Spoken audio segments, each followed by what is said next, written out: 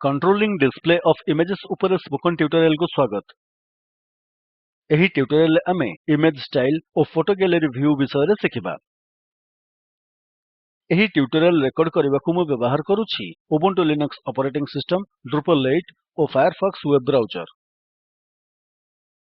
ଆପଣ ନିଜ ପସନ୍ଦର ଯେକୌଣସି ୱେବ୍ ବ୍ରାଉଜର୍ ବ୍ୟବହାର କରିପାରିବେ। ଆମେ ପୂର୍ବରୁ ତିଆରି କରିଥିବା ୱେବସାଇଟ୍ ଖୋଲନ୍ତୁ। Drupalରେ ସାଇଟ୍ ର ଭିନ୍ନ ଭିନ୍ନ ଆବଶ୍ୟକତା ସହ ଖାପ ଖାଇବା ପାଇଁ ଆମେ ଗୋଟିଏ ଇମେଜ୍ ର ସାଇଜ୍ ଓ ସ୍କେଲ୍ ବଦଳାଇ ପାରିବା। Drupal ମୂଳ ଇମେଜ୍ କୁ ନେଇ ଆମେ ଚାହୁଁଥିବା ସାଇଜ୍ ଓ ସ୍କେଲ୍ ବଦଳାଇଥାଏ।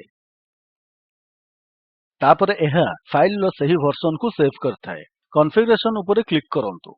ଆମେ ଏଠାରେ ଦୁଇଟି ଇମେଜ୍ ଷ୍ଟାଇଲ୍ କ୍ରିଏଟ୍ କରିବାକୁ ଯାଉଛେ। ମିଡିଆ ଟ୍ୟାବ୍ କୁ ସ୍କ୍ରୋଲ୍ ଡାଉନ୍ କରନ୍ତୁ। ଏଠାରେ ଆମେ ଇମେଜ୍ ଷ୍ଟାଇଲ୍ ଦେଖିପାରିବା। ତା ଉପରେ କ୍ଲିକ୍ କରନ୍ତୁ। ଆମେ ସେଟ୍ କରିଥିବା ଟେବଲ୍ ପାଇଁ ଏକ ଇମେଜ୍ ଷ୍ଟାଇଲ୍ କ୍ରିଏଟ୍ କରିବା। ଆଉ ପରବର୍ତ୍ତୀ ଭ୍ୟୁ ପାଇଁ ମଧ୍ୟ ଯାହା ଆମେ କ୍ରିଏଟ୍ କରିବାକୁ ଯାଉଛେ, ଯାହା ହେଉଛି ଲୋଗୋଜ୍ ର ଏକ ଗ୍ରିଡ୍। ଆଡ୍ ଇମେଜ୍ ଷ୍ଟାଇଲ୍ସ ଉପରେ କ୍ଲିକ୍ କରନ୍ତୁ। ଇମେଜ୍ ଷ୍ଟାଇଲ୍ ନେମ୍ ରେ ଆମେ ଅପକମିଂ ଇଭେଣ୍ଟସ୍ 150 by 150 ଟାଇପ୍ କରିବା। ଧ୍ୟାନ ଦିଅନ୍ତୁ ଯେ Drupal ଆମ ପାଇଁ ମେସିନ୍ ନାମ ପୂରଣ କରେ। ଏହା ହେଉଛି ଆମର ଇମେଜ୍ ଷ୍ଟାଇଲ୍ ନେମ୍।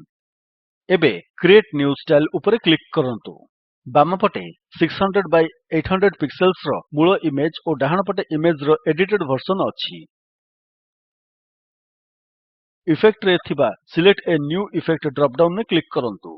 ଏହି ତାଲିକାରେ ଅନେକ ଅପ୍ସନ୍ସ ପ୍ରଦର୍ଶିତ ହୋଇଛି। ଏହି ଅପ୍ସନ୍ ଗୁଡିକ ମଧ୍ୟରୁ ମୁଁ ସ୍କେଲ୍ ଆଣ୍ଡ୍ କ୍ରପ୍ ଇଫେକ୍ଟ ବାଛିବି। ଆପଣ ନିଜ ଇଚ୍ଛାରେ ଯେକୌଣସି ଅପ୍ସନ୍ ବାଛିପାରିବେ। ଉଦାହରଣ ସ୍ୱରୂପ ରୋଟେଟ୍, ରିସାଇଜ୍ କିମ୍ବା ଅନ୍ୟ କୌଣସି। ଆଡ୍ ବଟନ୍ ଉପରେ କ୍ଲିକ୍ କରନ୍ତୁ। ୱିଡ୍ଥ କୁ 150 ଓ ହାଇଟ୍ କୁ 150 ଭାବେ ଏଣ୍ଟର୍ କରନ୍ତୁ। ମନେ ରଖନ୍ତୁ କେବେବି ୱିଡ୍ଥ ଓ ହାଇଟ୍ କୁ ମୂଳ ଇମେଜ୍ ଠାରୁ ବଡ କରିବେ ନାହିଁ। ଏପରି କଲେ ଇମେଜ୍ ପିକ୍ସେଲେଟ୍ ହୋଇଯିବ। ଆଡ୍ ଇଫେକ୍ଟ କ୍ଲିକ୍ କରନ୍ତୁ। ଏହା ହେଉଛି ଆମର ନୂଆ ଇମେଜ୍ ଷ୍ଟାଇଲ୍। ଡାହାଣ ପଟ ଇମେଜ୍ ରେ ଆମେ ଦେଖିପାରୁଛେ ଯେ ଏହା ଏବେ ସ୍କେଲ୍ ଓ କ୍ରପ୍ ହୋଇଛି। ଚାଲନ୍ତୁ ଆଉ ଗୋଟିଏ କ୍ରିଏଟ୍ କରିବା। ଇମେଜ୍ ଷ୍ଟାଇଲ୍ ଉପରେ ଓ ତାପରେ ଆଡ୍ ଇମେଜ୍ ଷ୍ଟାଇଲ୍ ଉପରେ କ୍ଲିକ୍ କରନ୍ତୁ।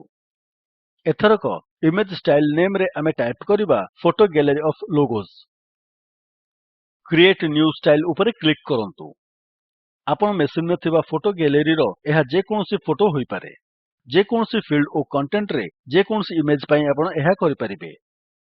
ପୁଣିଥରେ ସିଲେକ୍ଟ ଏ ନ୍ୟୁ ଇଫେକ୍ଟ କ୍ଲିକ୍ କରିବା ପରେ ସ୍କେଲ୍ ଆଣ୍ଡ୍ କ୍ରପ୍ ଅପ୍ସନ୍ ଉପରେ କ୍ଲିକ୍ କରନ୍ତୁ। ଆଡ୍ ବଟନ୍ ଉପରେ କ୍ଲିକ୍ କରନ୍ତୁ। ୱିଡ୍ଥ କୁ 300 ଓ ହାଇଟ୍ କୁ 300 ଭାବେ ଏଣ୍ଟର୍ କରନ୍ତୁ। ଓ ତାପରେ ଆଡ୍ ଇଫେକ୍ଟ ବଟନ୍ ରେ କ୍ଲିକ୍ କରନ୍ତୁ। ଧ୍ୟାନ ଦିଅନ୍ତୁ ଯେ ଡାହାଣ ପଟ ଇମେଜ୍ ଏବେ 300 by 300 ନୂଆ ଡାଇମେନ୍ସନ୍ ରେ ଅଛି। ଏହା ଦେଖାଏ ଯେ Drupal ପ୍ରତ୍ୟେକ ଇମେଜ୍ ଷ୍ଟାଇଲ୍ ପାଇଁ ଇମେଜ୍ ଗୁଡିକର ଭର୍ସନ୍ସ କ୍ରିଏଟ୍ କରି ସେଗୁଡିକୁ ସାଇଟ୍ ରେ ଷ୍ଟୋର୍ କରେ। ଷ୍ଟ୍ରକ୍ଚର୍ ଉପରେ କ୍ଲିକ୍ କରି ଭ୍ୟୁଜ୍ ଉପରେ କ୍ଲିକ୍ କରନ୍ତୁ। ଏବେ ଏଡିଟ୍ କ୍ଲିକ୍ କରି ଆମର ଅପକମିଂ ଇଭେଣ୍ଟସ୍ ଭ୍ୟୁ ଅପଡେଟ୍ କରିବା। ଇଭେଣ୍ଟ ଲୋଗୋ ଉପରେ କ୍ଲିକ୍ କରି ଇମେଜ୍ ଷ୍ଟାଇଲ୍ କୁ ଅପକମିଂ ଇଭେଣ୍ଟସ୍ ରେ ବଦଳାନ୍ତୁ। ତାପରେ ଆପ୍ଲାଇ ଉପରେ କ୍ଲିକ୍ କରନ୍ତୁ। ପ୍ରିଭ୍ୟୁ ସେକ୍ସନ୍ କୁ ସ୍କ୍ରୋଲ୍ ଡାଉନ୍ କରି ଦେଖନ୍ତୁ ଯେ ଆମର ସବୁ ଲୋଗୋ ଗୁଡିକ ସମାନ ଅଛି। ଏବେ ସେଭ୍ ଉପରେ କ୍ଲିକ୍ କରନ୍ତୁ। ବ୍ୟାକ୍ ଟୁ ସାଇଟ୍ ଉପରେ କ୍ଲିକ୍ କରନ୍ତୁ। ଏହା ହେଉଛି ଆମ ୱେବସାଇଟ୍ ରେ ଆମର ଭ୍ୟୁ। ଏହି ପ୍ରକାରେ ଇମେଜ୍ ଷ୍ଟାଇଲ୍ସ କାମ କରେ। ଏହି ସବୁ ଇଭେଣ୍ଟସ୍ ପାଇଁ ଏକ ଗ୍ରିଡ୍ ଲେଆଉଟ୍ ଭାବେ ଚାଲନ୍ତୁ ଏବେ ଏକ ନୂଆ ଭ୍ୟୁ କ୍ରିଏଟ୍ କରିବା। ଏହା କରିବାକୁ ଷ୍ଟ୍ରକ୍ଚର୍, ଭ୍ୟୁଜ୍ ଓ ଆଡ୍ ନ୍ୟୁ ଭ୍ୟୁ ଉପରେ କ୍ଲିକ୍ କରନ୍ତୁ। ଏହାକୁ ଆମେ ଫଟୋ ଗ୍ୟାଲେରୀ ନାମ ଦେବା। ଭ୍ୟୁ ସେଟିଙ୍ଗ୍ କୁ କଣ୍ଟେଣ୍ଟ ଅଫ୍ ଟାଇପ୍ ଇଭେଣ୍ଟସ୍ ଭାବେ ସେଟ୍ କରନ୍ତୁ। ଏହି ନିର୍ଦ୍ଦିଷ୍ଟ ଭ୍ୟୁ ଯେକୌଣସି ଇଭେଣ୍ଟ ପାଇଁ ଫୋଟୋ ଅଫ୍ ଦ ଡେ କିମ୍ବା ଗ୍ୟାଲେରୀ ଅଫ୍ ଇମେଜେସ୍ ଭାବେ ବ୍ୟବହୃତ ହୋଇପାରେ। କ୍ରିଏଟ୍ ଏ ପେଜ୍ କ୍ଲିକ୍ କରନ୍ତୁ। ସ୍କ୍ରୋଲ୍ ଡାଉନ୍ କରି ଫିଲ୍ଡସ୍ ର ଗ୍ରିଡ୍ ସିଲେକ୍ଟ କରନ୍ତୁ।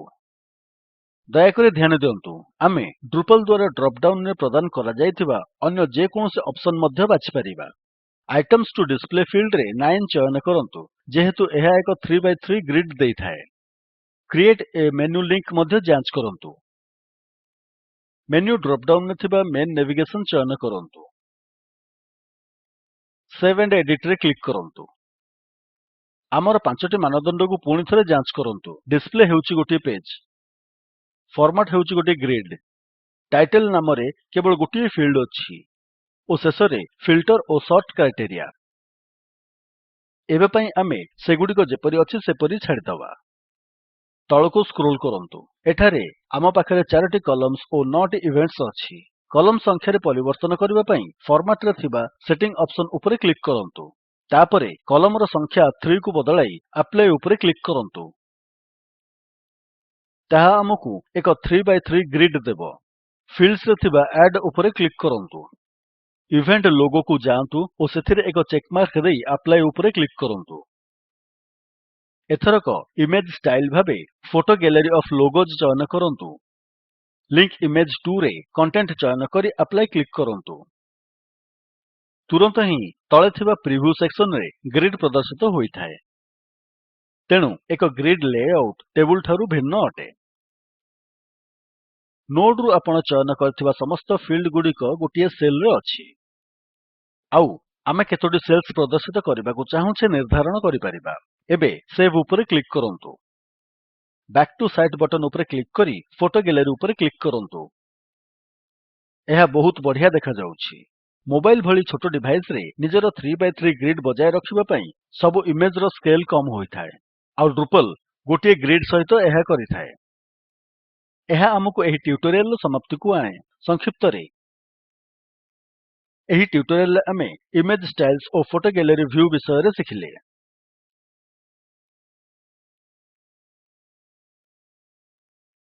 ଆକୁୟା ଓ ଓଏସ୍ ଟ୍ରେନିଂ ରୁ ଏହି ଭିଡିଓ ଗ୍ରହଣ କରାଯାଇଛି ଏବଂ ଆଇଆଇଟି ବମ୍ବେର ସ୍ପୋକେନ୍ ଟ୍ୟୁଟୋରିଆଲ ପ୍ରୋଜେକ୍ଟ ଦ୍ୱାରା ସଂଶୋଧିତ କରାଯାଇଛି। ନିମ୍ନ ଲିଙ୍କ୍ ରେ ଥିବା ଭିଡିଓ ସ୍ପୋକେନ୍ ଟ୍ୟୁଟୋରିଆଲ ପ୍ରୋଜେକ୍ଟକୁ ସାରାଂଶିତ କରେ। ଦୟାକରି ଏହାକୁ ଡାଉନଲୋଡ୍ କରି ଦେଖନ୍ତୁ। ସ୍ପୋକେନ୍ ଟ୍ୟୁଟୋରିଆଲ ପ୍ରୋଜେକ୍ଟ ଟିମ୍ କର୍ମଶାଳାମାନ ଚଲାନ୍ତି ଓ ପ୍ରମାଣପତ୍ର ଦିଅନ୍ତି। ଅଧିକ ବିବରଣୀ ପାଇଁ ଦୟାକରି ଆମକୁ ଲେଖନ୍ତୁ।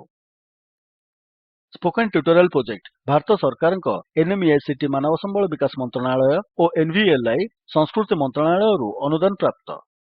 ଆଇଆଇଟି ବମ୍ବେ ତରଫରୁ ମୁଁ ପ୍ରଦୀପ ଚନ୍ଦ୍ର ମହାପାତ୍ର ଆପଣଙ୍କଠାରୁ ବିଦାୟ ନେଉଛି। ଆମ ସହିତ ଜଡ଼ିତ ହୋଇଥିବାରୁ ଧନ୍ୟବାଦ।